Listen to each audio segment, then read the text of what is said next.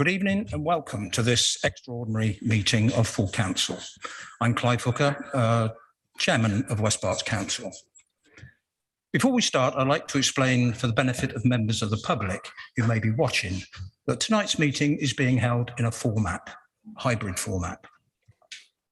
Following the expiry of the emergency coronavirus regulations that permitted remote meetings, all of the council's public meetings must now be placed in person at a single specified geographical location, with a physical presence at that location.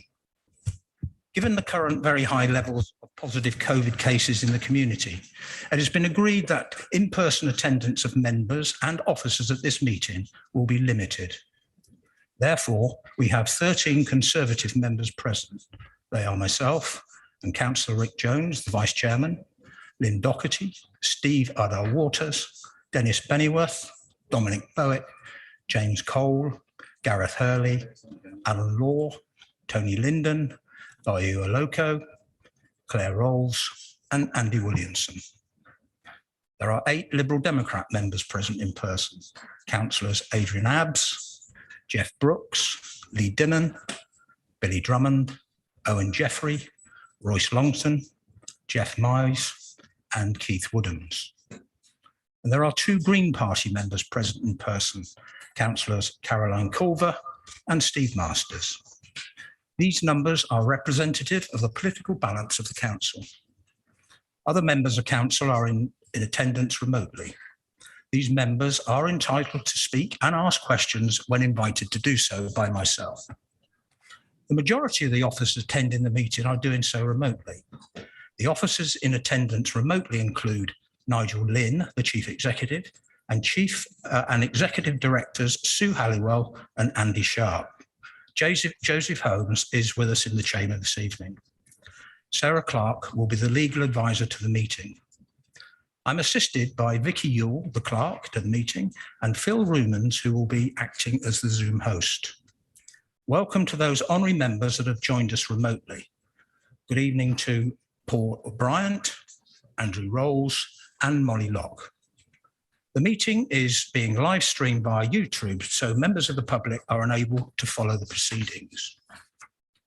Please can I ask that everyone present in the meeting area to make sure that they have microphones placed as much in front of them as possible, and ask you to make sure that you speak directly into them. On a safety note, if we hear the evacuation alarm this evening, we must leave the building immediately. Please proceed via the safety emergency exit route, which will be shown to us by a trained officer. Please follow any instructions given by the trained officers in attendance. The assembly point is the Newbury Station multi-storey car park.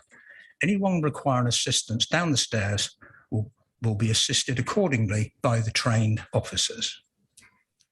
Just a note, water this evening is available on the foyer outside should you wish to have a drink. I will now ask Sarah Clark to give some reminders about the way we conduct council meetings when using Zoom. Mrs. Clark. Thank you, Chairman.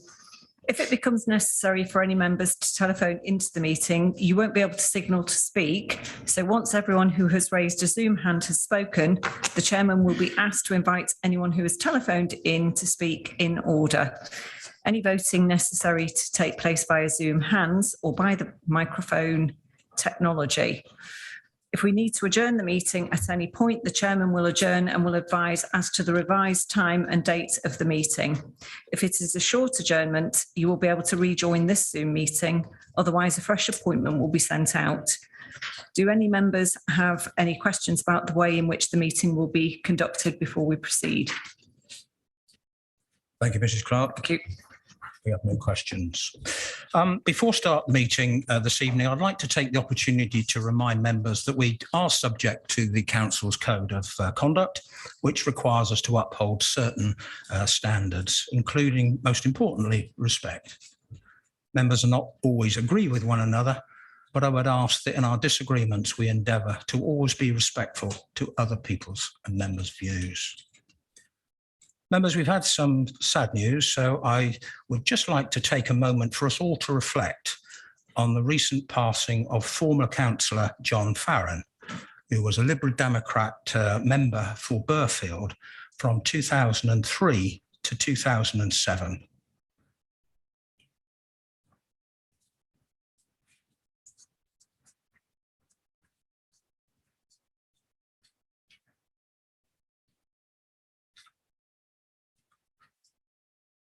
Thank you, members. I'd like now to ask Councillor Lee Dinnan or any member of his party if they'd like to say a few words of his memories of Councillor Farron. Councillor Brooks, thank you. Thank you, Chairman.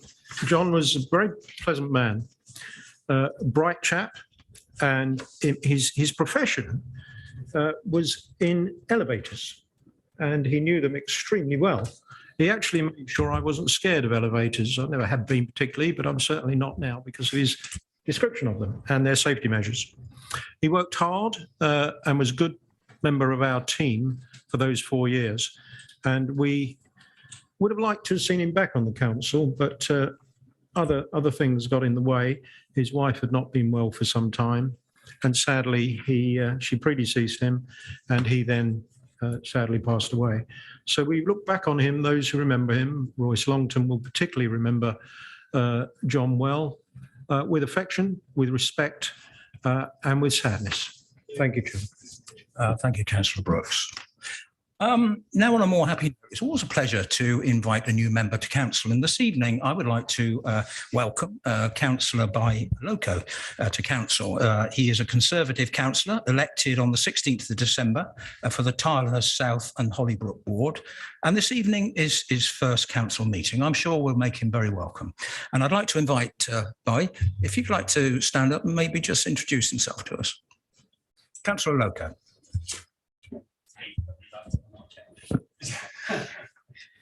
You might be best sitting down, actually, but at least we can see you. That's Say a okay. few words from the sitting position. I should be able to see me now, I think. Can't miss me. Good evening, everyone. My name is B. Oloko. Firstly, I just want to pay tribute to Peter Argyle, who was our councillor for 24 years. He was a very good man. I actually did meet him because I was a parish councillor, still a parish councillor, and we met on the parish council tables in Hollybrook. So I can really testify to his character. May his soul rest in peace.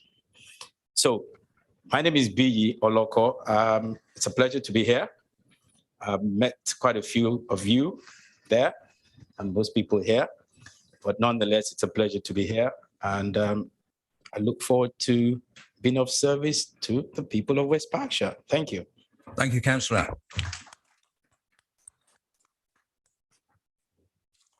Members, we now move on to item 1 of the agenda. Apologies, Mr.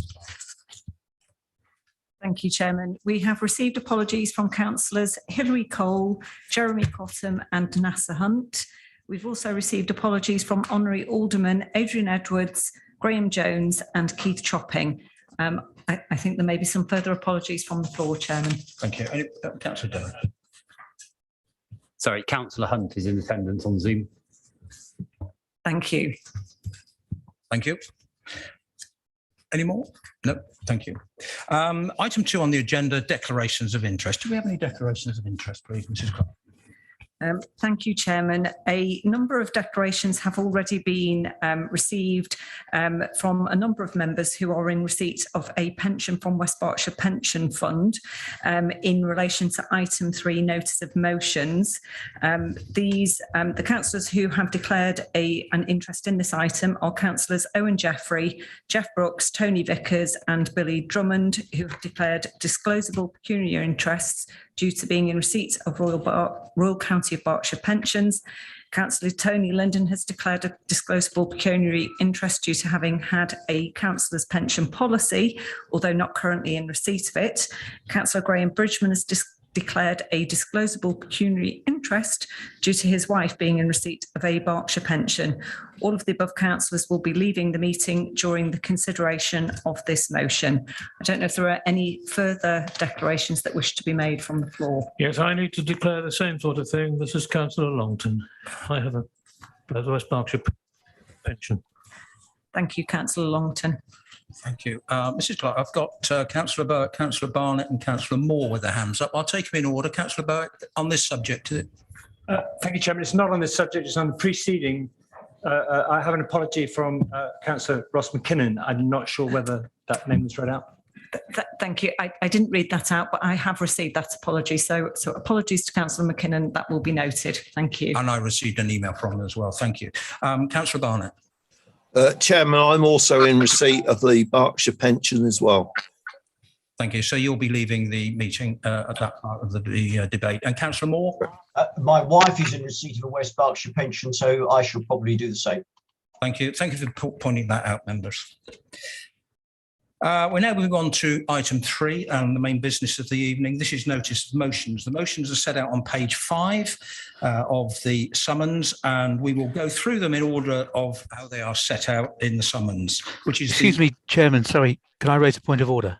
It's Councillor Pattenden. Yes, of course. I understand that a number of motions have been withdrawn this evening. I found that out only very recently. That's not reflected in the agenda for this meeting on the West Berks website.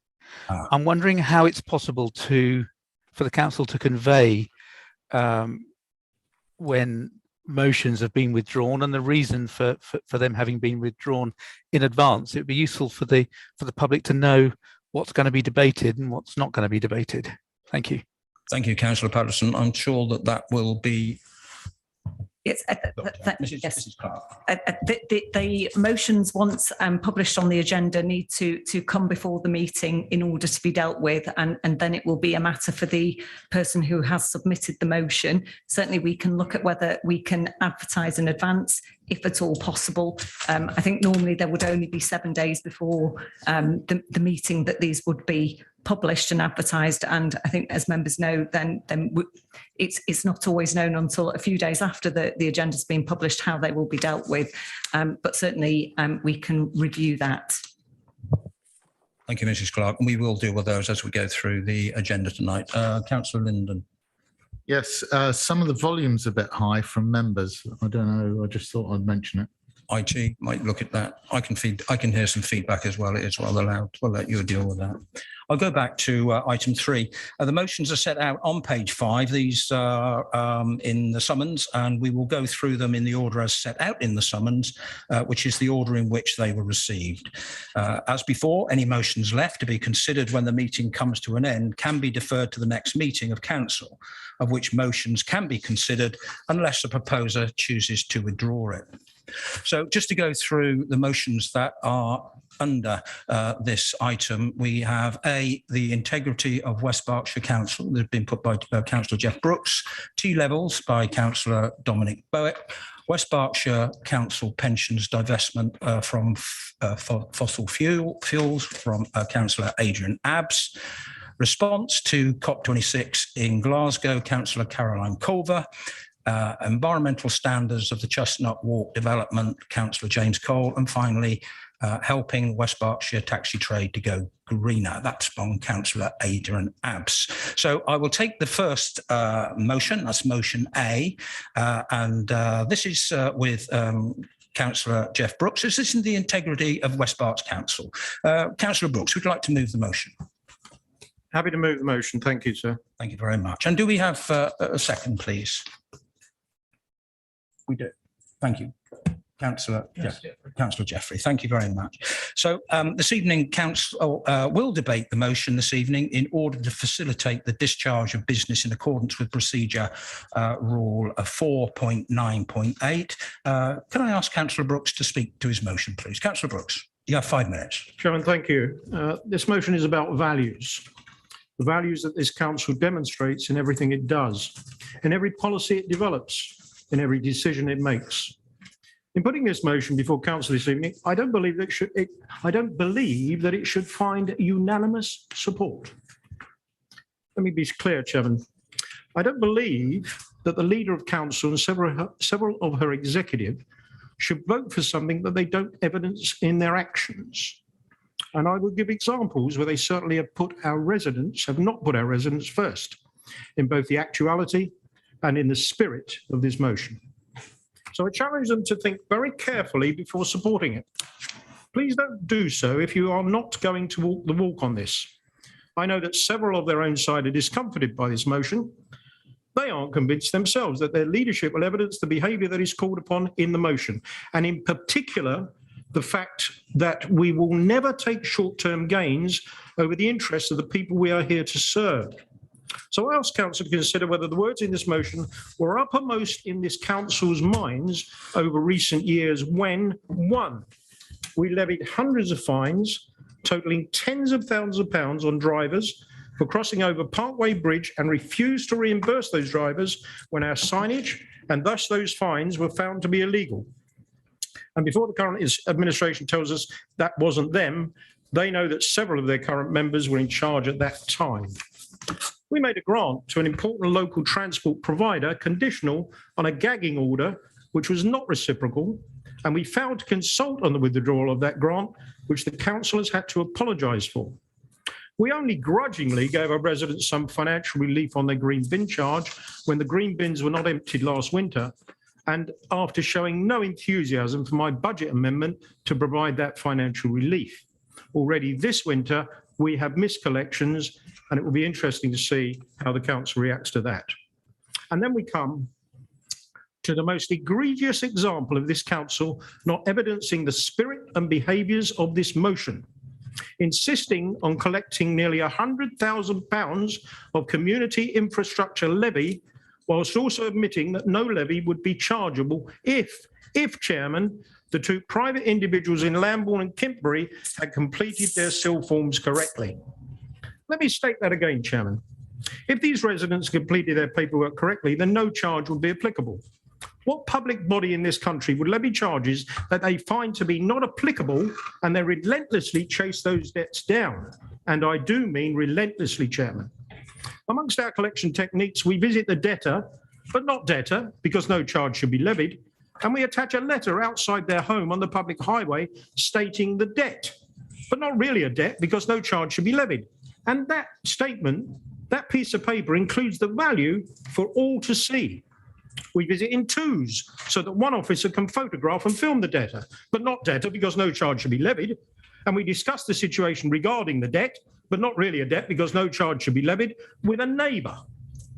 I ask Council Chairman if this is the behaviour of a council that puts mistakes right, that always acts with the utmost integrity, that never takes short-term gains over the interests of the people we are here to serve.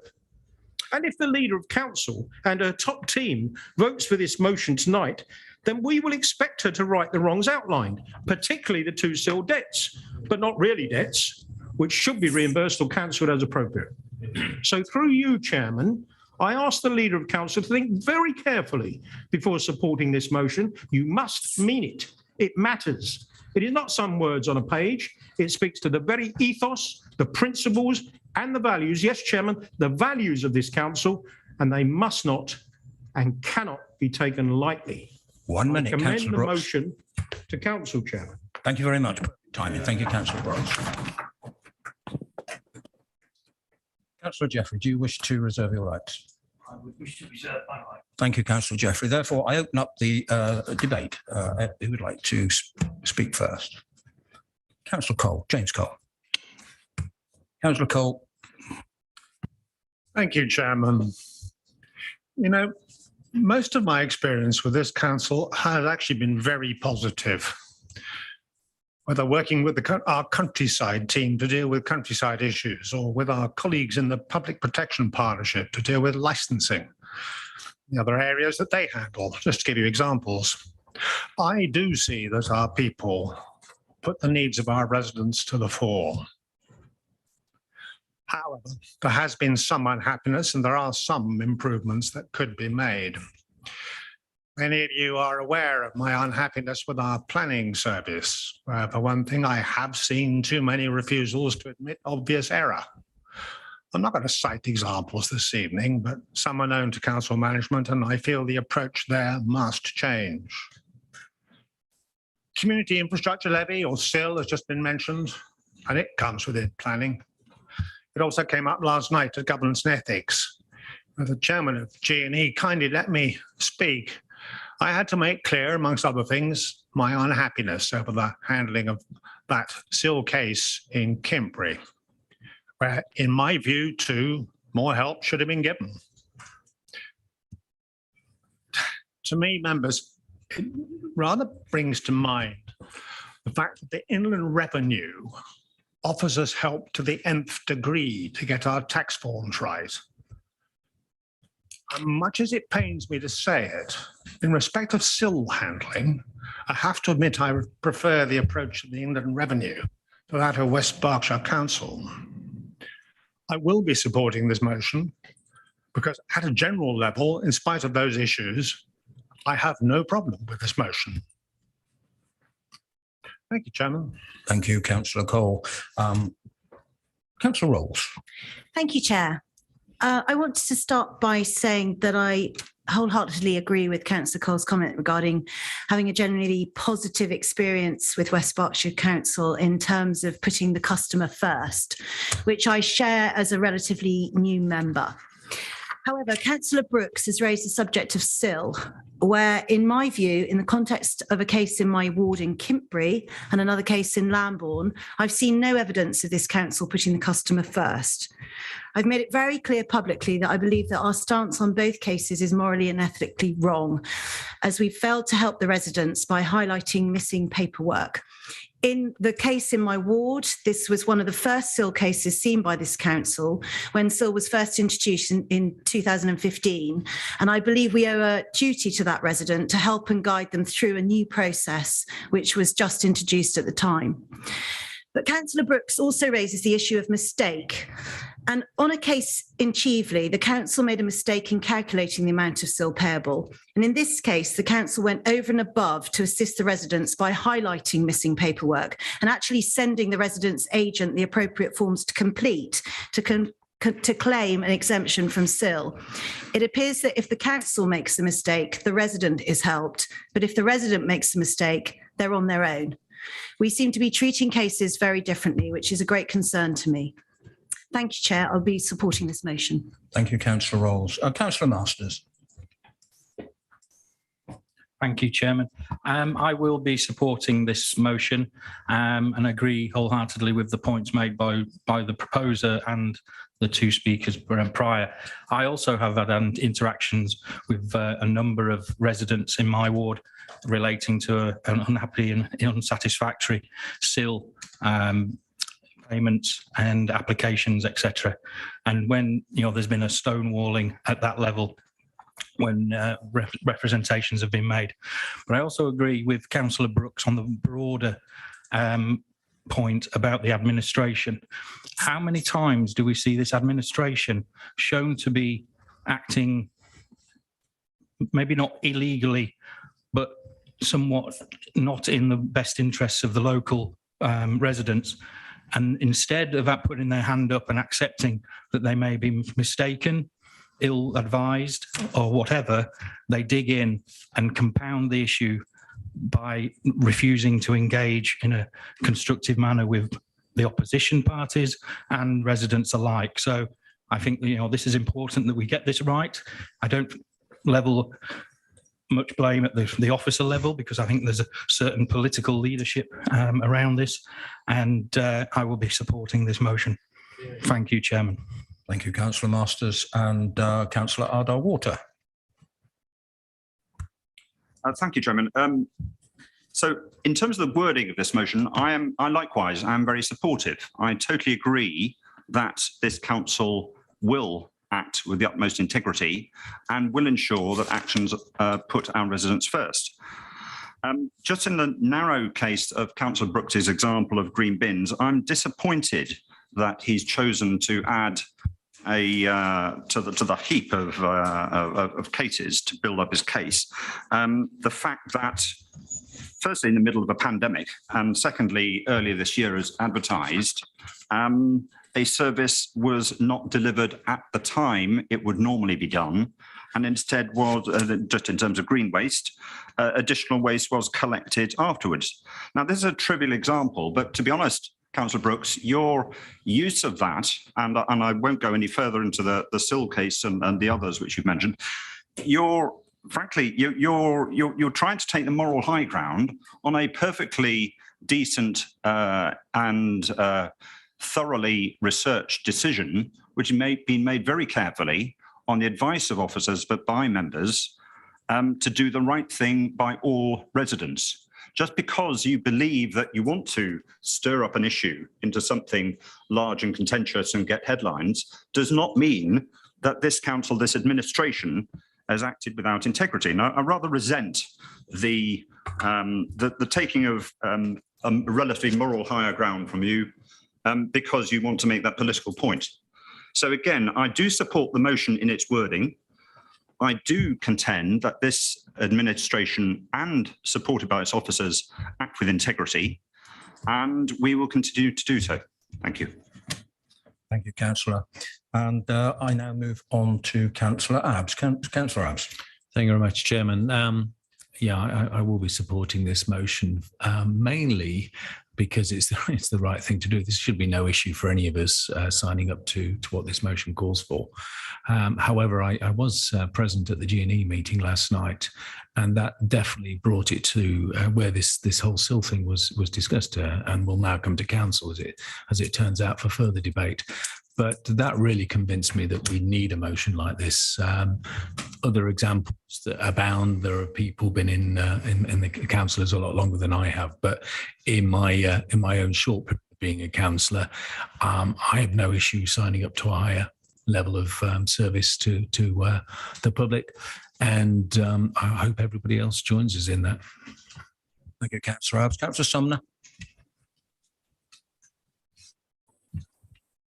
Thank you, Chairman. Sorry, I thought Councillor Burke was next, but I'm happy to go. I am, I think, largely supportive of this motion. I certainly was until Councillor Brooks told me that I shouldn't be supporting the motion. Now I'm somewhat befuddled as to whether I should be or shouldn't be. There are a couple of points that I'd like to raise. Firstly, with regards to reciprocal agreements in contracts. Actually, reciprocal agreements in contracts were offered, but unfortunately weren't accepted as the closing point of the contract. And with regards to SIL, it's the wording of your motion which concerns me. And this is the sort of thing that you and I, Councillor Brooks, have had conversations before, when in fact you've been very good at pointing me in the right direction for conversation about how motions should be worded. My issue with this is short-term gain and what it means, because as most, if not all members will be fully aware, SIL is not a short-term gain for the council. SIL is for the benefit of the residents for long-term projects. It's money reinvested into the area from which it was originally coming. So I'm confused now in my own mind as to where my vote lies with this motion because of the wording and because of the explanation that's been given. Thank you, Chairman. Thank you, Councillor Sumner. Councillor Burke. Thank you, Chairman. Like my friend, Councillor Sumner, I'm somewhat dismayed about this motion. When I read it, I thought this is a good motion. And I still think that. I will be supporting this motion.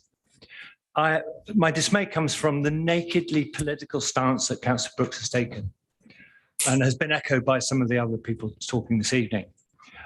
We always will from time to time have differences of opinion, and that's perfectly normal, and indeed it's to be applauded. But a difference of opinion doesn't mean to say that we are doing something wrong, or that indeed you are doing something wrong. It's a difference of opinion. And for Councillor Masters to talk about blame and imply that somehow the administration of this council is being willful in the decisions they make, I think is equally politically motivated.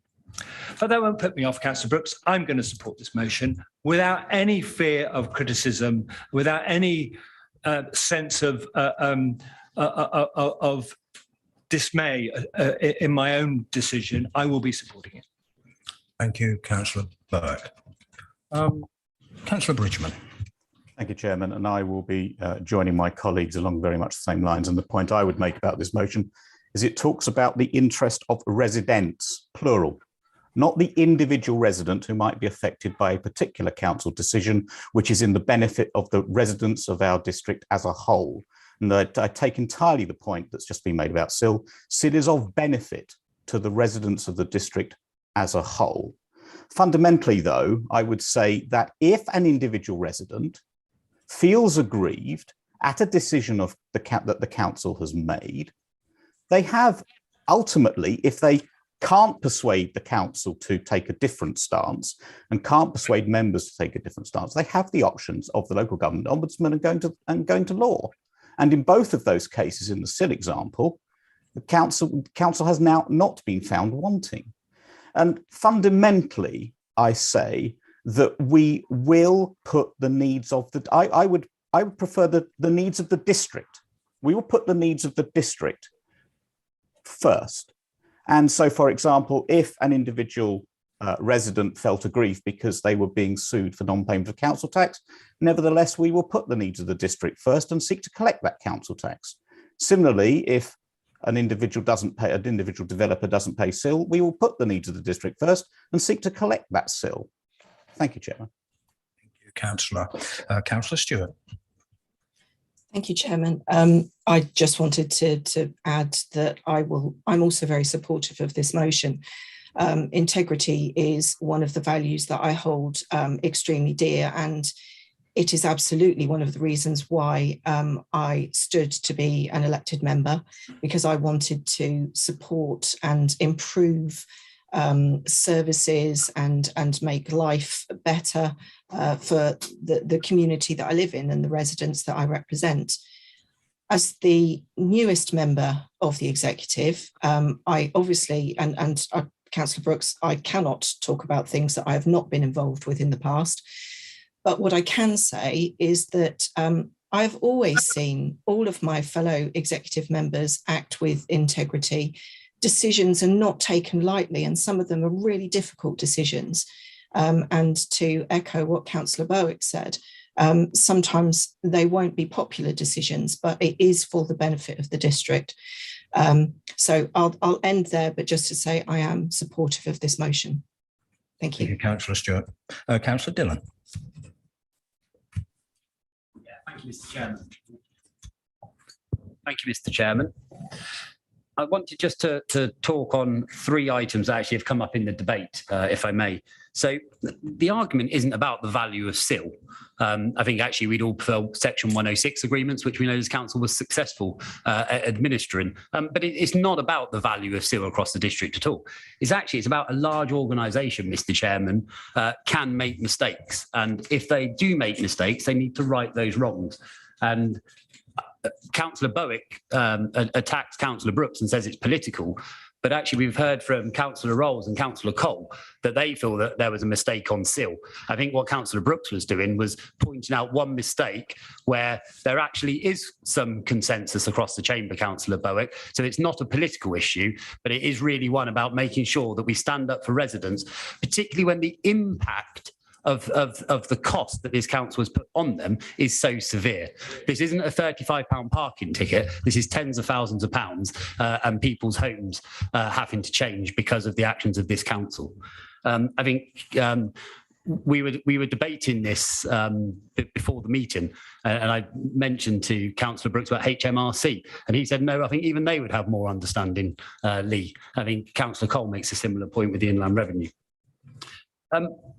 Also, we talk about integrity, Mr. Chairman, but where is the integrity? And that's a question that should be asked, of putting a gagging clause on a local organisation and then being fined about it. So, Councillor Bridgman says there are routes that people can go to, and this council has been found guilty on various occasions, and is a £300 fine or contribution really righting that wrong? And I think what this motion says is mistakes need to be put right, and we're not seeing that happening. And I think that's why I'm really pleased to see cross-party support tonight, because now the residents of West Berkshire should be able to come and know that they are going to be dealt with in the fairest way, and with that integrity being the key to it. Thank you, Mr. Chairman. Thank you, Councillor. I have no more hands. I will just make sure there's no telephone calls come in. Mr. Rimmer? No phone calls. I can see Councillor Law has his hand up there. Councillor Law, sorry. Okay, Councillor Law. I closed before your hand went up. I must admit, you've got something to say. Yes, thank you very much, Chairman. There we are. Thank you. I was just, I wasn't planning to speak to this, but as I've listened to the debate, if I was wearing a tie, I think my neck would be bursting. This is a very clever motion, put very cleverly. And of course, we have to support, don't we? Trying to lay Councillor Dillon's trying to say it's not political, but this was a very clever political trap. This is a motion that we in the council have to support. All I would like to say is, members, there's a real difference between the meaning of integrity and mistakes. And we need to reflect on that, because we're accused of not having integrity. We all make mistakes. I suspect even Councillor Brooks makes a mistake at times. Finally, I was dismayed, frankly, by the examples that Councillor Brooks gave, and particularly by how far back he went to reference his point. So I'm going to go back even further. Were the Liberal Democrats serving the interests of West Berkshire residents when they were last in this administration, and year on year raised record levels of council tax higher than any other unitary authority? Is that in the interests of the residents of West Berkshire? I rest my case. Thank you, Councillor Law. I am going to look around the room as well as look at my raised hands. I can see no more. Everybody happy? All finished with the debate on this motion. I will now ask again, have we any telephone conversation, any telephone calls, Mr. Ruhrmann? No, we don't, Chairman. Thank you very much. Then we'll go to the closing order of this debate. So I call on Councillor Owen Jeffrey, the seconder of this motion. Councillor Jeffrey. Thank you, Chairman. Thank you, members. I've heard various arguments and points of view put forward in these last few minutes. I've heard nothing that makes me feel that an administrative error by an ordinary member of the public should be used as a Morton's fork. Anyone did history? I know that Councillor Law did economics. A Morton's fork to extract cash just because we can, and because we can construct a legal right to it. When a mistake was made, and we are not thereby showing respect to people that live within the district. The point's already been made that if we were talking about a £10 fine or a £25 charge, it wouldn't be nice. But at the end of the day, most of us would shrug our shoulders and say, a bit of a pain, but there we are. We are talking about a grand total that is well nigh £100,000. That is serious money. And to actually impose such a charge on individuals because they'd made an error in the way they filled in a form is frankly reprehensible. Please, Mr. Chairman and fellow councillors, I am pleased that the party opposite, the governing party, is saying that they will support this motion, as indeed I believe they should. But I think that they need to take aboard, particularly within the executive, that the behaviour needs to be reasonable. That's one of the watchwords which come from this country, is what we're known for, is that if you're British, you'll be reasonable about things. And the behaviour that took place in these instances was unreasonable. Please, let's get our act back together. Let's start behaving in a decent way towards our own members of the public. I do indeed call upon council to support this motion. Thank you, Councillor Jeffrey. Members, we now have the executive member, Councillor Lynn Doherty. Thank you, Chairman. When I saw this motion, I thought, yes, I'm delighted to see this motion. In fact, I actually contacted Councillor Jeff Brooks and offered to second this motion because I thought, thankfully, the Liberal Democrats have finally recognised the council's strategy that they all abstained from supporting back in 2019. A strategy that clearly states the values that exist within this council and are reflected in this motion this evening. It's just such a shame that you couldn't have voted for them in the first place, because that strategy clearly identifies those values as integrity. We will act with integrity, ensuring all decisions are lawful, transparent and impartial. Customer focused. We will listen to our customers and do our best for them. Fairness. We will always treat everybody fairly. Here in this motion, it's a motion that, yes, I want to support. Hearing Councillor Brooks attack is not something that I can support. I'm going to say quite a bit in a moment about SIL, but before I do so, I just wanted to clear up a couple of points. I don't know anything about parking bridge charges, I'm afraid. It was well before my time. With regards to the gagging clause that you refer to, I don't legally recognise that term, and I would like to highlight that we are more than happy to apologise for what we were asked to apologise, which was nothing to do with that term, but a decision that was taken in 2018 not to consult with the service users, but to consult with the service providers. And the council is more than happy to have issued that apology. With regards to green bins, I actually think Councillor Arderwater has covered that very adequately, and knowing the fact that I've actually just had some additional green waste being collected, I think we've covered that point off. What I would say about the attack from Councillor Jeff Brooks is it's very subjective. It's his views. I entirely agree that you've chosen to play politics here this evening, and I would suggest that it might be unfair to the 635 payees of SIL over the last 6 years to be let off, to let 2 people off that payment because Councillor Brooks wants us to. He ignores the facts that there were 3 internal and 1 external reviews of these cases, all of which concluded evidence had not to this date been received that would conclusively support the assertion that this particular development which he is referring to should have been exempt from SIL. Attempts to draw on similarities between the 2 cases does not actually acknowledge the vast differences between them. One a developer, one a private owner. It's also my understanding that one agent has made some form of payment in recognition of the part that they played. One was a valued community asset that was lost for public use. Some might say that it's unfair to the parish communities coming to West Berkshire asking for community infrastructure support to help them with things like new cricket facilities, resurfacing of car parks, village hall improvements, duck pond restorations, to deny them the community infrastructure that new developments in their areas should provide. The West Berkshire Liberal Democrats have made clear yet again this evening that they will do and say almost anything in an attempt to discredit this administration. They continue to put short-term gain above the interests of the people they claim to want to serve. And if you don't want to believe me, ask the residents of the recent Tilehurst South and Holybrook election, who told us when we knocked on their doors that they were being told by the Liberal Democrats that their much-loved linear park would be built on if the Conservatives came into administration. So yes, of course, the principle of this motion is something I will be supporting.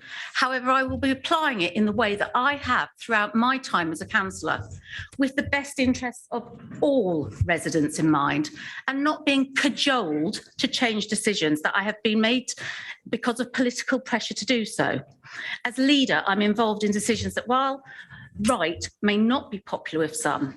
However, that does not make them the wrong decision, nor does it make me it right to bend to lobbying by others.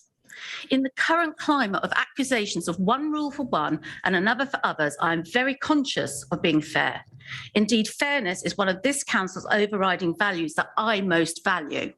In my view, fairness is treating everyone the same and not changing policy or procedure for a select few just because they happen to have friends in high places or loud voices to advocate on their behalf. In conclusion, I will support this motion because I support the intent of the motion. I do not support Councillor Brooks's comments with regards to the administration.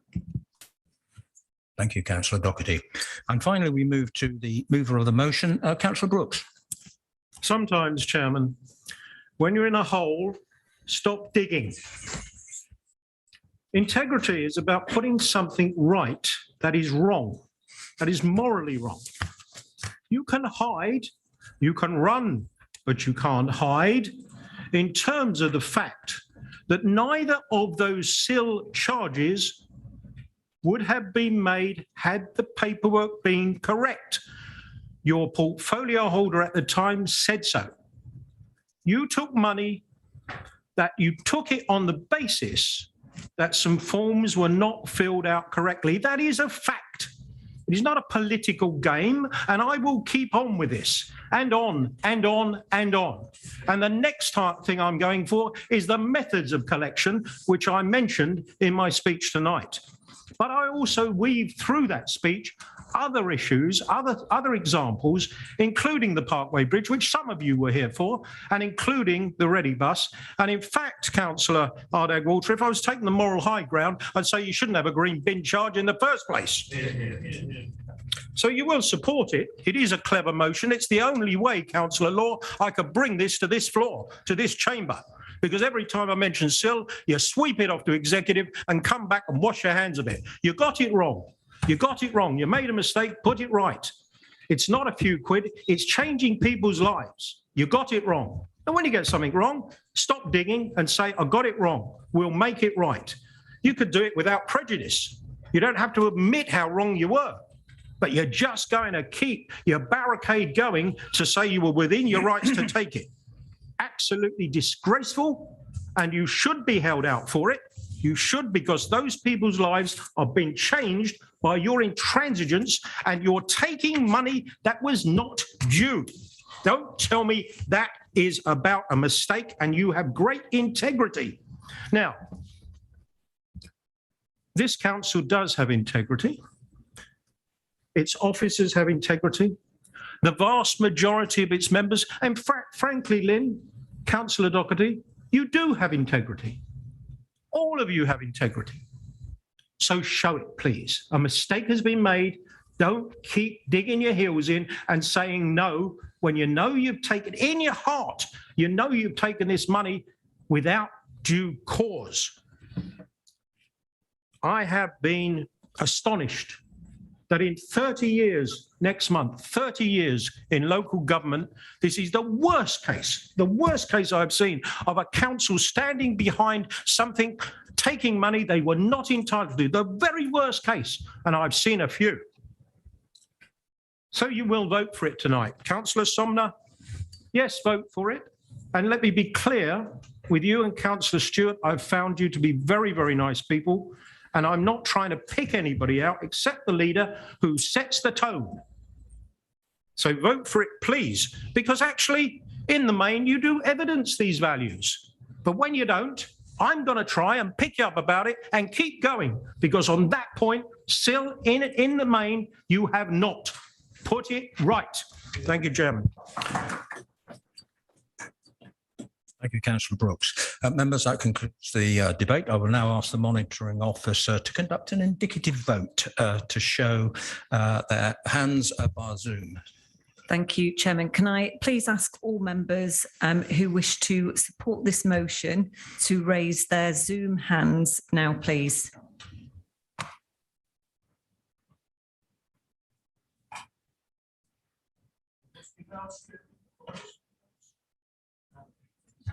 Councillor Jeffrey. Mr. Chairman, can I just have some assistance Yes. on how to actually make this work? Absolutely. I'll just hold the vote for a minute. Thank you. I think we can note that vote. That there are currently 35 vote in favour of the proposal in any event. So I am.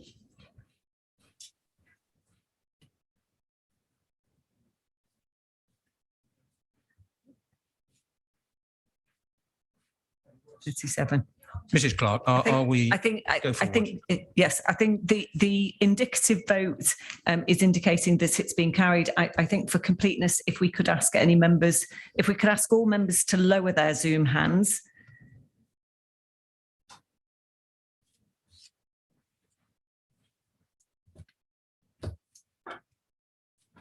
And then if any members are opposed to this, I think Councillor Dillon and Woodham's. Councillor Woodham, if you'd lower your hand, please. I think that's a legacy hand. If any members are opposed, so yeah. So that there are nobody opposed. Anybody wishing to abstain? No. So I think the indicative vote would see that motion carried. Thank you. I'd now ask Mrs. Clark if you conduct the formal vote, please. Thank you, Chairman. I think if I could ask members now in the chamber. Sorry, point of order, Councillor Jeffreys doesn't have the hand icon on his Zoom to be able to do indicative votes either. Okay, I will make sure that I take a manual note of Councillor Jeffreys' vote. I think it's on the numbers in any event rather than the individual members, and that was clearly carried. So I think if we could ask members now to vote to approve the motion.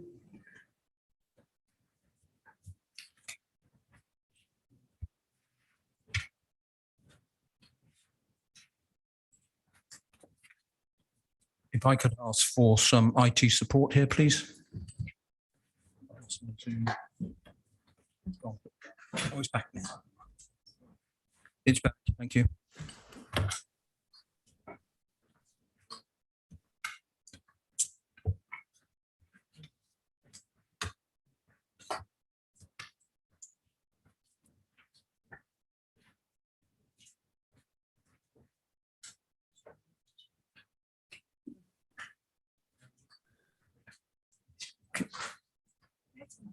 Do we know who hasn't voted?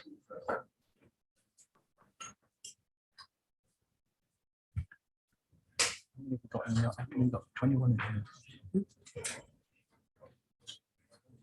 Check your vote on the microphone.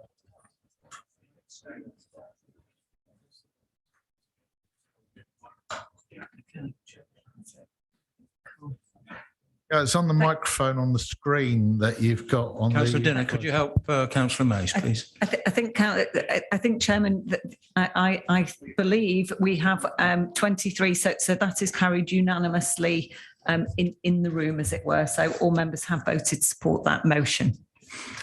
Thank you, members. Very interesting debate. We now move on to motion B. This is T levels, and I understand that this motion is being withdrawn, and therefore Councillor Bowick will not be moving the motion. Is that correct, Councillor Bowick?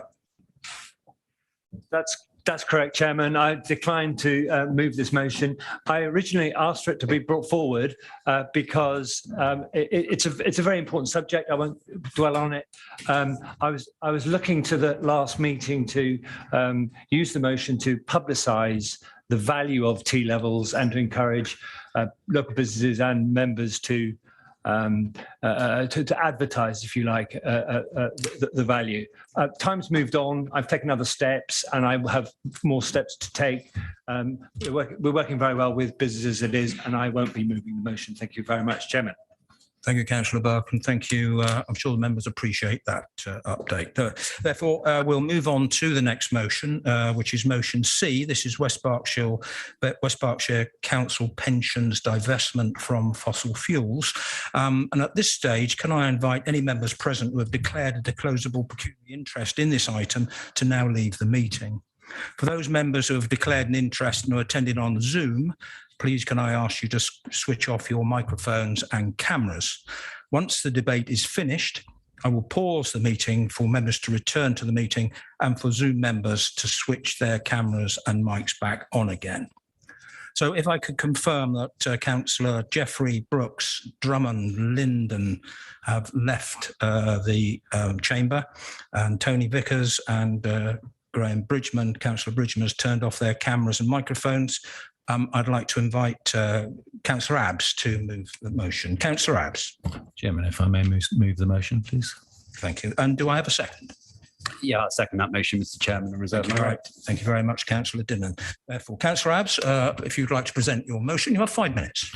Thank you very much, Chairman. Chairman, members, if I may set the scene on why I brought this motion to Council. First, it's the right thing to do for the planet's future. I don't think, given the COP26 conference and the associated news coverage, that I need to speak on why we must do what we can do to stay below 1.5 degree rise in global temperature. We also know that fossil fuel investments are starting to carry real financial risks. Clearly, when emissions become constrained, which is already being promulgated, fossil fuel companies could have, or maybe I should say will have, their carbon assets stranded, along with the associated investments that may become worthless. Former Bank of England Governor Mark Carney has already warned as such in 2019. Since then, on May the 28th, 2020, an article in Forbes magazine, which was titled "Just How Good an Investment is Renewable Energy," said the following. It refers to a study, FYI. The study found renewable investments in Germany and France yielded returns of 178% over a 5-year period, compared with just 21% for fossil fuel investments. In the UK, also over 5 years, investments in green energy generated returns of 75% compared with just 9% for fossil fuels. In the US, renewables yielded 200% returns versus 97% for fossil fuels. Those are some big numbers in favor of renewables and clearly shows there are some good opportunities to divest too.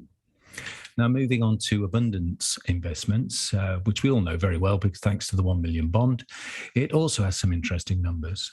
They've raised 100 million since 2012. Of the 30 investments currently showing on the abundance marketplace, and looking at the company-based investment versus bear with me, but the council investments, which are unfortunately slightly lower than commercial investments, bar one, we have a minimum 6 to 15% IIR with an average of 8.2%.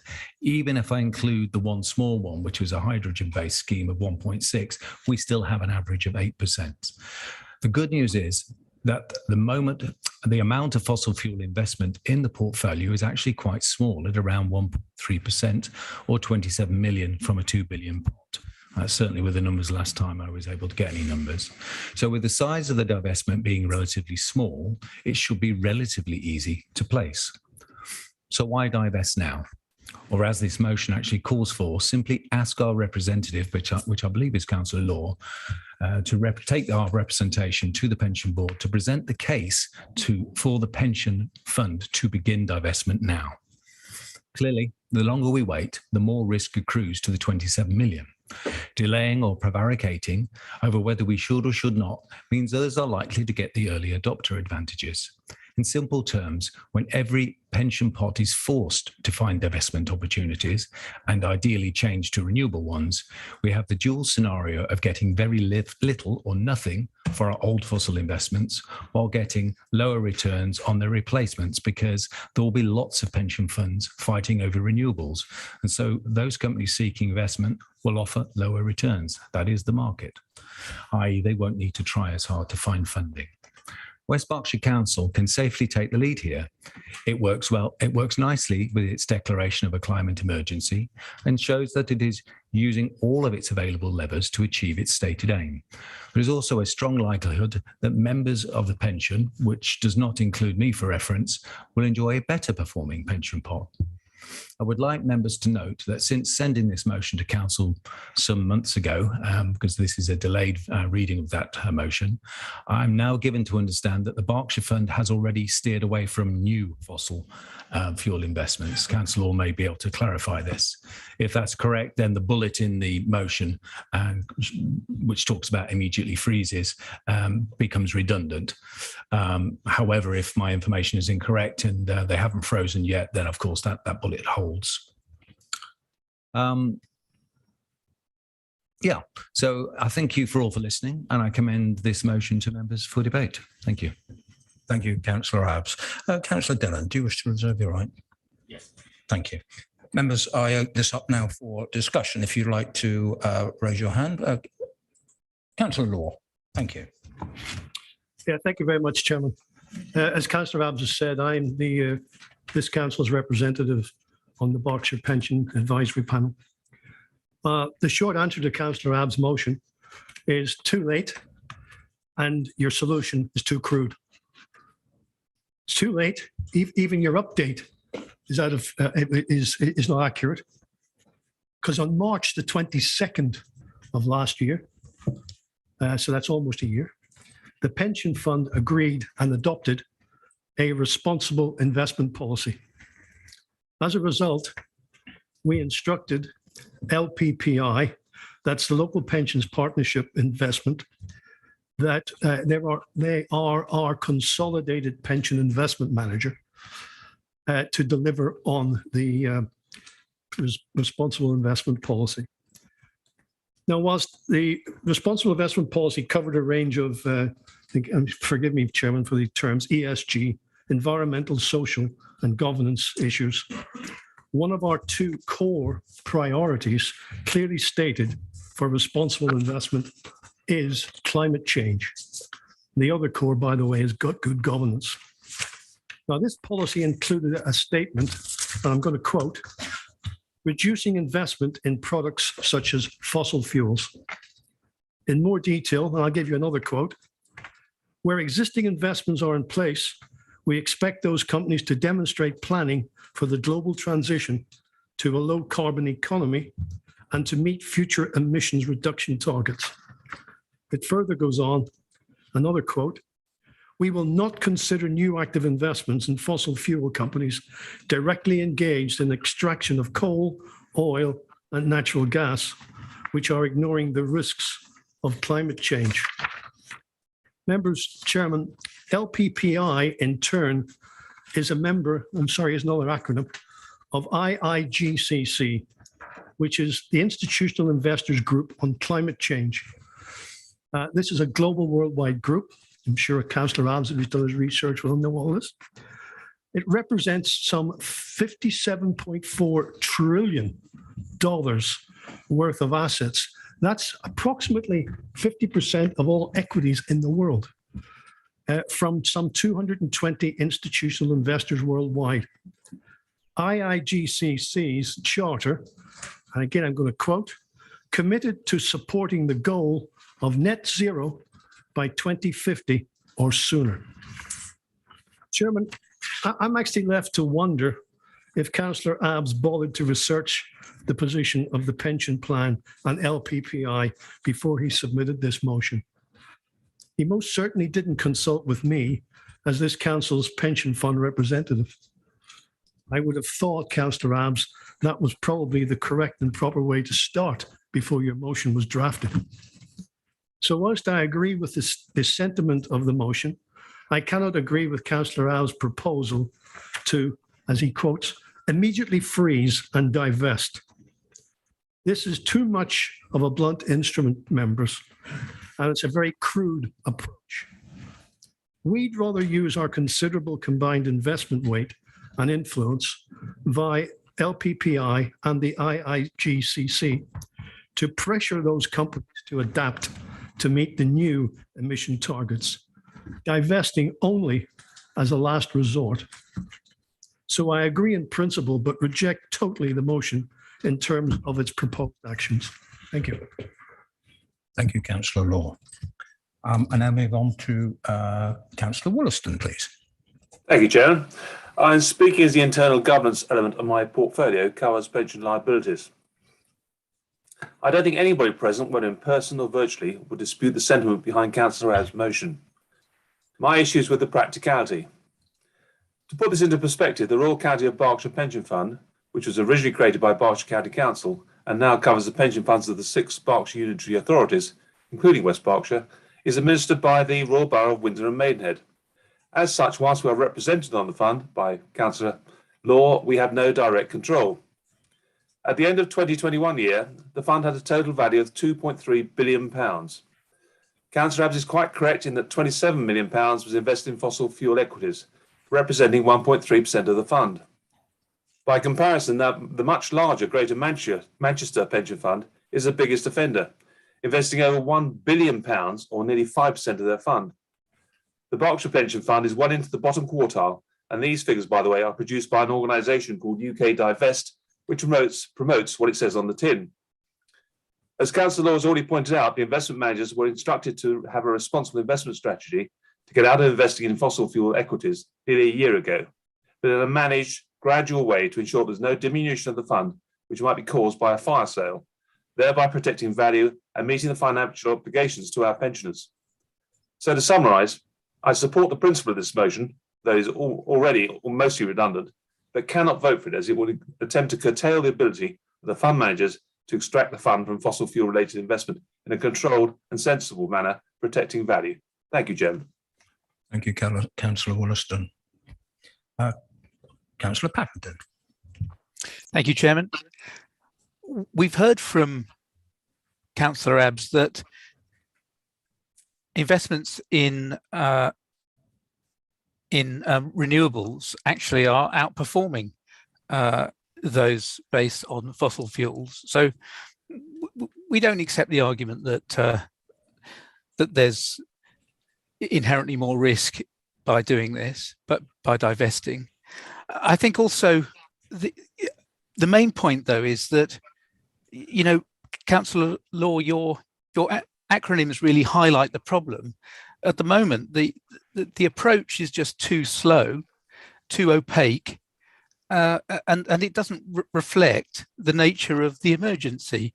Hence, the significance of Councillor Abbs's motion. And I'd like to congratulate him for bringing it forward. And I'm surprised it hasn't come forward already from the Environmental Action Group. So therefore, I'd seriously recommend councillors supporting this motion. Thank you. Thank you, Councillor Patterson. Councillor Ardagh-Water. Thank you, Chairman. As with us all, I likewise applaud the sentiment and the desire that we do share to achieve a carbon neutral world where fossil fuels is no longer needed. And I look forward to the day when we can genuinely be there. I'm sure none of us here are under any illusion that that is going to be a quick, easy fix where we snap a finger, divest of a pension fund, and poof, as if by magic, we've achieved it ahead of time. I'd love that to be the case, but it's not. We have to live in the real world. We have to think of everyone around us. So let me enlarge on that point. But before I do, I'd just like to comment that I'm not a finance professional here. I'm not an investor. And if I was a member of the Berkshire Pension Fund, I would want a professional investor to make decisions on which investments to buy or divest from, rather than, however well-intentioned, any district councillors. But that aside, I'd much sooner go on to the effects. If this divestment policy took place, and as Councillor Abbs invited us to think, what would the long-term and wider effects be? Well, prices, I'm sure we all know, are influenced by two things, supply and demand. We all must be aware that over the last year, the wholesale price of gas has tripled.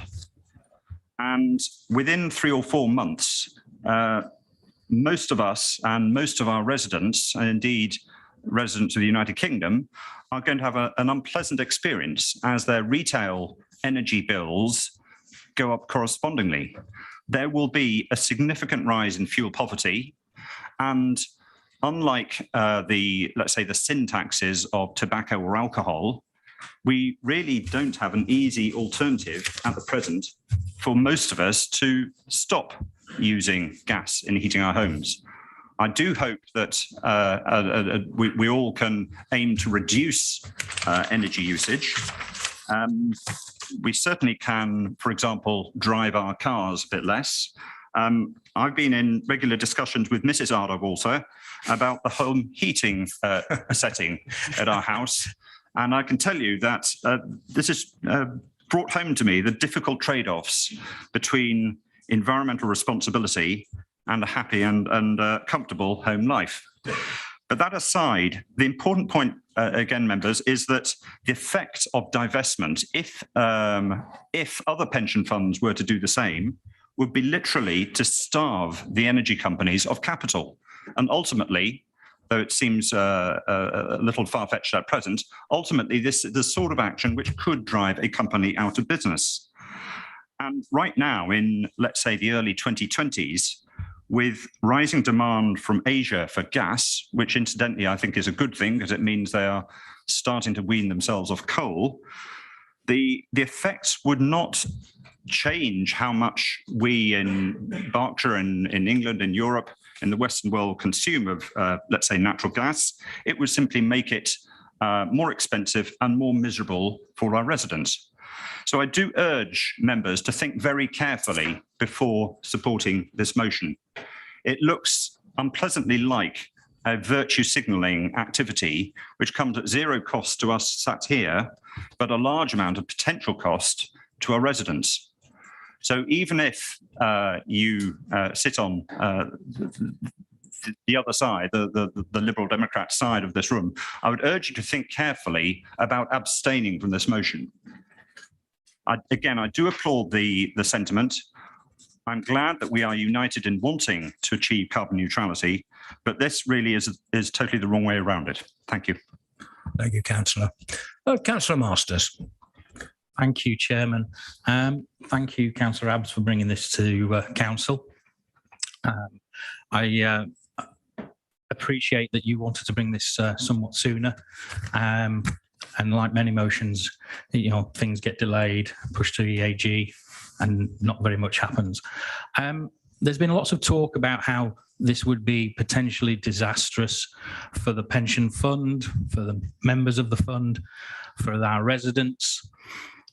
If we are indeed a market-led economy, like Councillor Law likes to pontificate about, surely if pension funds and those professional managers are seeing better returns that Councillor Abbs spoke of in the renewables, any move towards those renewables will be a bigger incentive for those wedded to fossil fuels and the extraction thereof, and to encourage them to transition to a renewable future.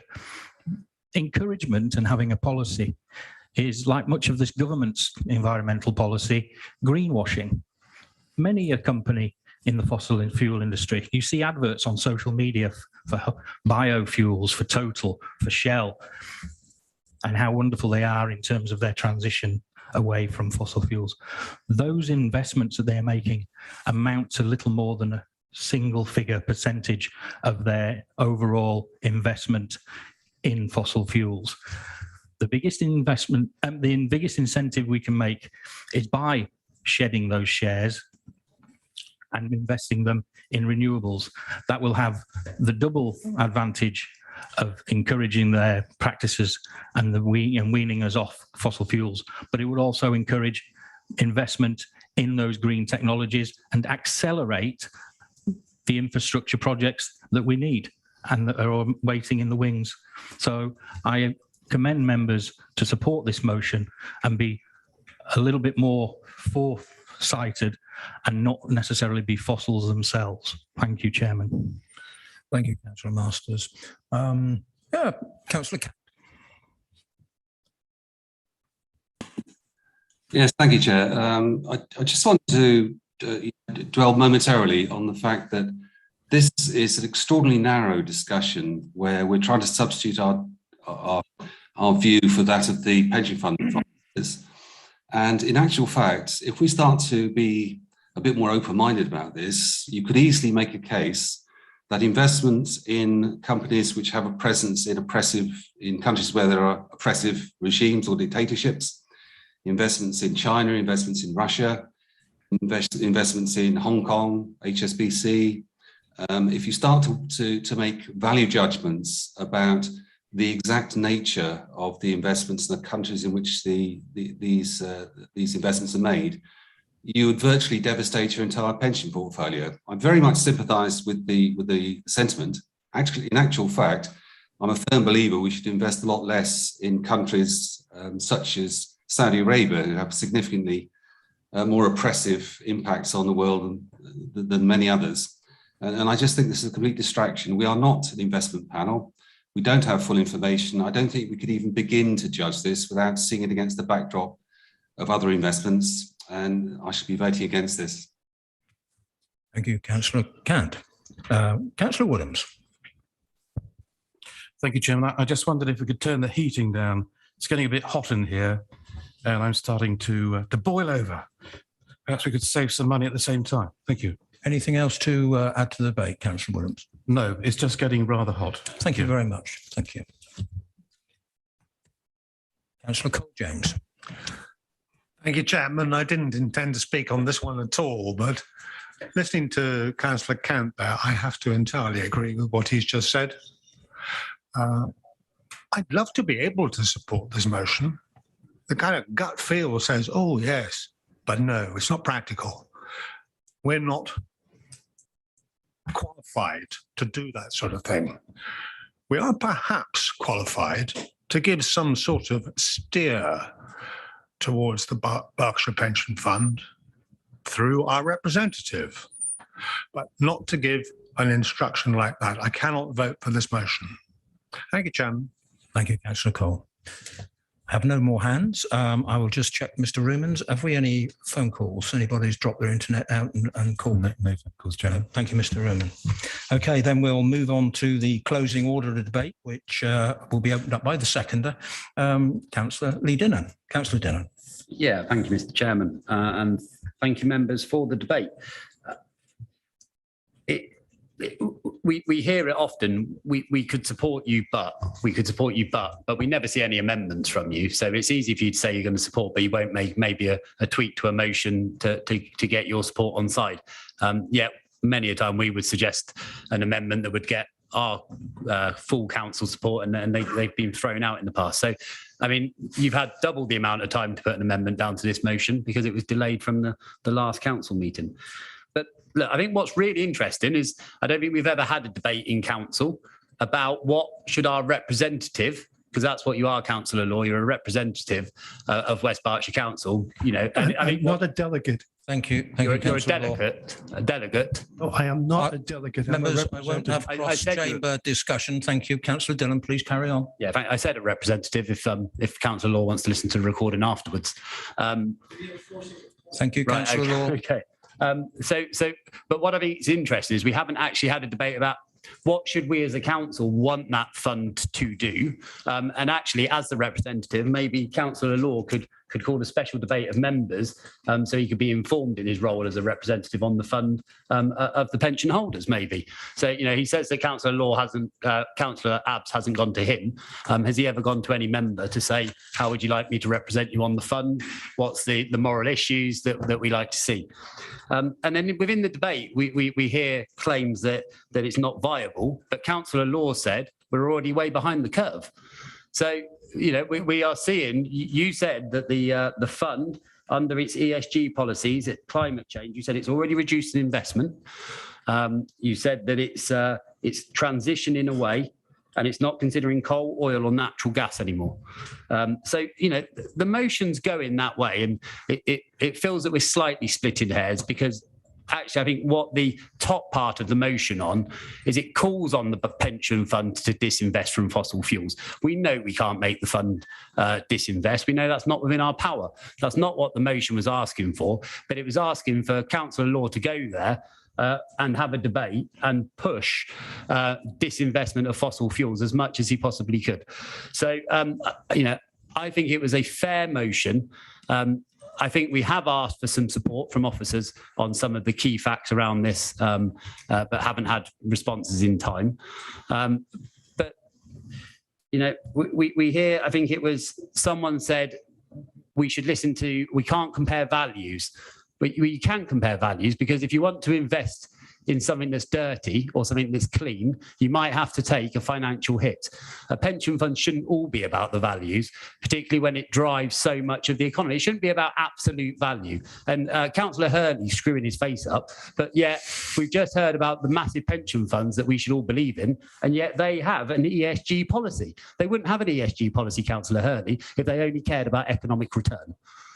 And yet every Every major pension fund has an ESG policy because it does have some wider aspect rather than just financial returns. We were hoping that that would expand. And I also, at the end of the motion, which wasn't covered in the debate, it talks about the impact of that pension fund on our carbon footprint as a council. And Councillor Ardagh Waters, as the portfolio holder, didn't respond to that, Chairman, which is rather disappointing. Maybe that could be picked up at EAG. Thank you. Thank you, Councillor Dillon. I now move on to the exec member, which is Councillor Ardagh Waters. Maybe he has something to mention on this. I think, Chairman, that the executive member is entitled to make representations if they've not spoken during the debate, and I believe Councillor Ardagh Waters has made representations. Oh, you've already spoken. Okay. You don't get it. You don't get a second chance. Thank you very much. Then it's finished with the move of the motion. It's Councillor Abs. Thank you very much, Chairman. I think I can see which way we're going on this, and that's a little bit disappointing because it's fairly light motion, just trying to encourage our representative to talk to our pension fund about making a move faster. You know, we're not trying to, we can't force them. We all know that. So we're just simply saying, move faster. You're not going fast enough. And in fact, I listed out not something I came up with. I gave you examples from Abundance Investments, from Forbes, from Mr. Carney. You know, if these are experts in the area and what you're saying is now ignore all those people who are warning you about staying invested in fuel, it's okay. In fact, if I believe Councillor Law, who had several months to approach me if he had had any issues with this motion whatsoever, it would have been very nice to hear from him, but I can see on his face that he would never dare do that. Anyway, if Councillor Law, if I believe what he says, it appears that everything's... Point of order, please, Chairman. Here we go. Yep, I'll take it. Yes, thank you. It's not down to me to approach a member who's putting motion. It's down to the person who's putting the motion. Mr. Chairman, that's not a point of order. A point of order has to be relevant to the Constitution. Thank you. Point taken. Please continue. Thank you very much. So if I'm to believe Councillor Law, then everything's hunky-dory. We don't have to worry. It'll all be sorted by 2050. Well, we all know 2050 is too late. So, yeah, I mean, I don't know what planet you think you're going to be living on. I strongly believe that we need to move faster now. And I was staggered. I still can't believe, I'll have to listen to the recording after, Steve Ardagh Waters, our head of the environment, basically says we should continue to support fossil fuel companies in case they go bankrupt.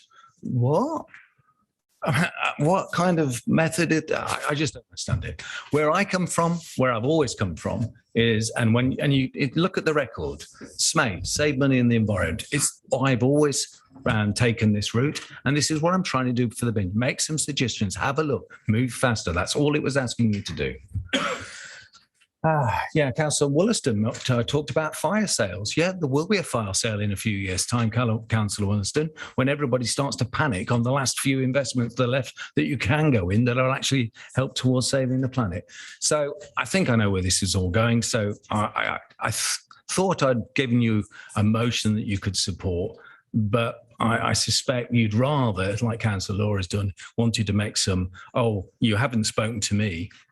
So what? You know, I spoke to the officers and I didn't get the answers.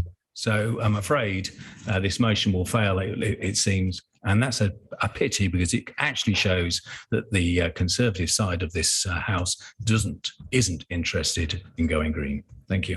Thank you, Councillor Abs. Councillor Law, I will come back on your point. I've taken legal advice and the monitor officer will address that issue. Mrs. Clark. Thank you, Chairman. I think Councillor Law had made his point, and it was just to clarify that members can raise a point of order or explanation. So if a member believes that they have been misunderstood in terms of something that has been said, and I believe that it was a point of clarification around what had been submitted, and that would be permissible under the Constitution. And does the Constitution say that the member should read out the point of the Constitution on which they're making a point of order? No, it says that a member may quote the number of the agenda. That is if it's a point of order, but a point of personal explanation. A member may be heard when the chairman decides it's relevant on a point of personal explanation concerning a material part of a preceding speech made by them in the present debate, which appears to have been misunderstood. And I think there was a clarification between the two members regarding comments that had been made. And I wanted to just make the point that that is acceptable for members to clarify points that they have made if they believe they've been misunderstood by another member. Thank you. And it just makes you realise in the bowels of our constitution, this is why I have a monitor officer beside me to give me legal advice. But the point was well made, Councillor Law and Councillor Abbs. Take note, that was all. It was a comment just for information. And Councillor Dillon, thank you for bringing that up. We learn for the next time that this situation comes up. So I now ask the monitor officer to carry out the indicative vote. Thank you, members. If I could all request that all members indicate by way of raising their Zoom hands if they wish to support the motion submitted.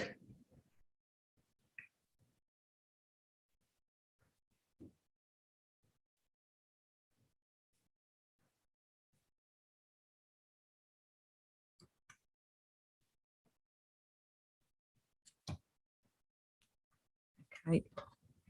So I'm seeing 10 votes in favour of the motion. If I could ask those members to lower their Zoom hands.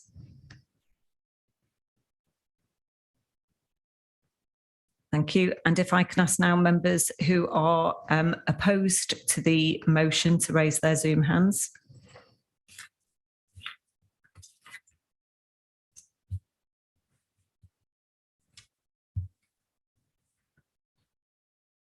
Thank you, Chairman. That there are currently 19 members indicating their opposition to the motion, and for completeness, if I can ask those members now to lower their hands. And if any members wishing to abstain could raise their hands.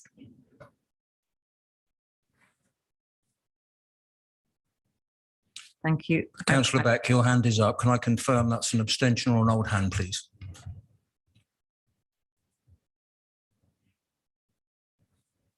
Thank you.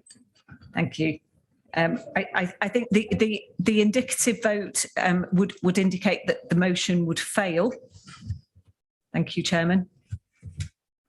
So I think we would now move to an actual vote of the members who are within the chamber. If you could form that for me, please. Thank you.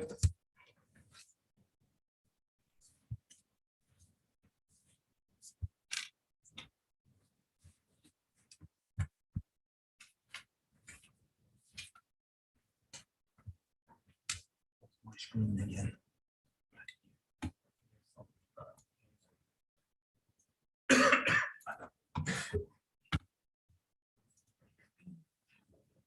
So, Chairman, I've just been kicked out of Zoom. Me too. I think if you double click around the screen, it does come back sometimes. We'll go on to the icon at the bottom, but I've got the same issue.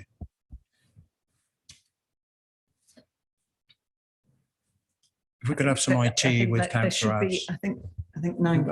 I don't need IT. Thank you very much. 3, 4, 6.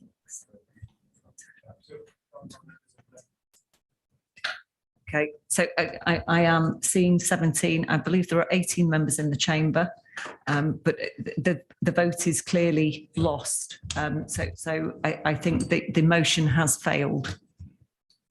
Thank you, Mrs. Clark. And I will now just pause the meeting and ask the clerk to invite the excluded members back into the meeting area and ask Councillor Vickers and Bridgman to turn back on their cameras and microphones should they still be with us on Zoom. Just motions moved. It needs to be seconded before we get to here. Yeah, so that one and this one. So the second, yeah. Second left.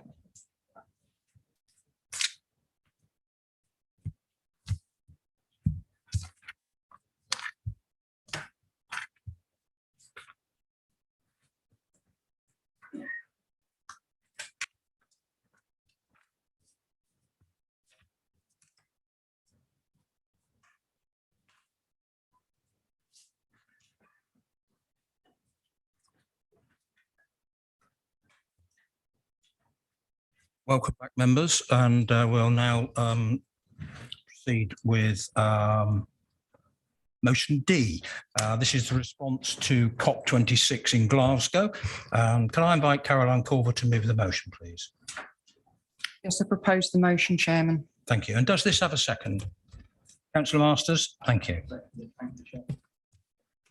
Council will not debate this motion this evening, and in accordance with procedure rule 4.9.8, this will be referred to the Environmental Advisory Group for consideration, as the detail of the motion falls within the remit of the executive.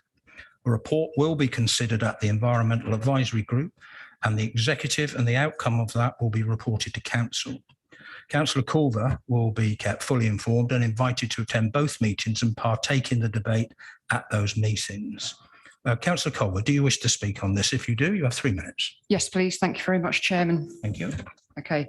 COP26 in Glasgow concluded with the Glasgow Climate Pact, which recognises a crucial role for communities and local authorities. And the pact makes it very clear that action needs to be taken at every level of government, including national government and local authorities. Shortly before the Glasgow conference, the UK government published its net zero strategy, which includes the intention to establish a net zero forum to coordinate the strategy with local government. However, COP failed to provide the national targets that could put the world on course for limiting global average temperature rise to 1.5 degrees. It failed to provide the necessary finance for less developed nations to develop without fossil fuels, or to deal with the loss and damage caused to them by wealthier nations that are historically responsible. It also failed to commit to phasing out fossil fuels. In terms of what we resolved to do, Chairman, I believe that we should write to Alok Sharma, who was chairman of COP, to thank him for the work he's done so far, and to urge him to press on until COP27 in Egypt to do as much as he can before that work finishes. I think that we should have carbon literacy training for all of our staff, because if we're going to become carbon neutral as an authority, all members and all staff need to work on this together, not only the environment and countryside teams, for example. I think we could benefit from organising a second climate conference like the one that we had before COVID. The Newbury Town Council had one face-to-face, and then subsequently they had a couple more online, and they were extremely well received and well attended. And I think as a local authority, we should think about having another one. Maybe we should do it online sooner rather than later if face-to-face prevents us from doing so. And I also believe we should write to our 3 local MPs, urging them to do the things that are listed in the motion. We should conduct an independent review into UK fossil fuel subsidies, commit to no more coal, oil or gas extraction in the UK, and commit to no more airport expansion. There's currently a parliamentary petition against the fact that airlines have so-called ghost flights. So in order to keep their slots, they have to fly at least 50% of the times allocated to them, even if there are few or no passengers. And this is clearly a ridiculous way to carry on in a climate emergency. So I would urge members to seek out that petition online and to sign it. As a nation, we need to make sure that we deal with these ridiculous things that will stop us becoming zero carbon. It's a shame we haven't been able to debate this tonight, but we know because of the Constitution it has to go to the Environmental Advisory Group. I would urge that that group considers this as soon as possible, because the climate and ecological emergency motion that I brought back in September didn't get discussed by EAG until November. And in conclusion, please. So I would urge that this comes sooner rather than later. Otherwise, we're in danger of being closer to COP27 than COP26. Thank you, Chairman. Thank you, Caroline Corver, Councillor Corver. Members, we now move on to motion E. This is the environmental standards of Chestnut Walk development. I understand this motion is being withdrawn as it is time sensitive and has been dealt with elsewhere, and therefore Councillor Cole will not be moving the motion. Is that correct, Councillor Cole? Absolutely correct. It was considered urgent. The council leader was kind enough to permit me to bring the subject as an urgent question to executive before Christmas. So it is being progressed. Thank you, Councillor Cole. Therefore, we'll move on to the next motion, motion F. And this is helping West Berkshire taxi trade go greener. Can I invite Councillor Abbs to move the motion, please? Chairman, if I may move the motion. Thank you. And do you have a second? Yes, Councillor. Yes, Chairman, that's me. Thank you. Councillor Dillon? Yeah, I'll second that. Thank you.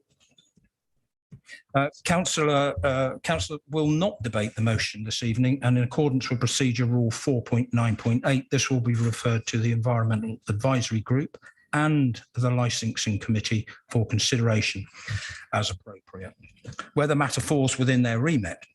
Reports will be brought back to the Executive and Council in due course. Councillor Abbs will be kept fully informed and is invited to attend all meetings to partake in the debate at those meetings. Councillor Abbs, would you like to speak at this time? Yeah, thank you very much, Chairman. Councillor, you have 3 minutes. Thank you. Chairman, members, why have I brought this motion to Council? Having attended a licensing meeting towards the end of 2021, where a report was presented by officers post a meeting they had held with the trade, combined with a previous budget suggestion from myself, re fast charging infrastructure, taxi ranks, and yesterday's meeting between the council and the taxi trade, I believe we have a clear opportunity to offer an incentive to the taxi trade that will allow them to start to make the decision to go greener sooner, and obviously that makes it easier for them to make that decision. The report talked about 60% of the trade looking to change their vehicle in the next 3 years. So actually the time to make our changes, if you like, it is now, because we can. That means that we can get up to 60% of those vehicles changed in the next 3 years. So what happens if we adopt what I'm suggesting? So first, we clean up the air quality associated with taxis idling at taxi ranks. Something that's quite important. We remove the emissions associated with the vast majority of taxi journeys, because if anybody's read that report, we'll see, in fact, most of the journeys are sub 20 miles, well within a hybrid and a BEV, a battery electric vehicles range. We remove audible noise from generators associated with fast food trucks. So why am I introducing that? Well, if anybody that's been out late at night in a taxi rank normally finds, especially if you go to Newbury and Thatcham, you'll see the fast food trucks next to the taxis, and therefore we can install infrastructure that actually shares, has a shared purpose. We provide fast charging points for these battery electric vehicles, of course, not just for these fast food trucks, but also as they will be next to cars, essentially car parks, they will also be able to sustain additional cars to be charged as well. Obviously, why is the infrastructure needed? Well, one of the major reasons people don't move to electric cars is still range anxiety. Cost is the other one, but cost, range anxiety, and you pretty much get there. Now, cost-wise, yeah, most of the taxi trade doesn't actually buy brand new vehicles; they buy second-hand ones, and there is a growing amount of second-hand taxis. Half a minute. Thank you. On the market, which are accessible. Actually, they have even more range anxieties, hence the infrastructure is needed. Okay. What I'm suggesting is a small contribution. It helps towards the costs. It does not pay for it. And it helps our own target of achieving 2030 in one of the hardest to reach bits, which is actually taxis. And in conclusion? Oh, that was my conclusion. Thank you, Chairman. Perfect timing. Thank you, Councillor Abbs. Members, that concludes the business this evening. I'd like to thank you all for your contribution. It's been very enjoyable listening to the debate, very interesting on both sides. Therefore, I'd like to thank you again, as I say, for your attendance. And I close the meeting now. And can I please ask all of you to remain seated and also remain in the virtual meeting room until the host has confirmed that the meeting is no longer being streamed. So I'd like to say good night and safe journey home.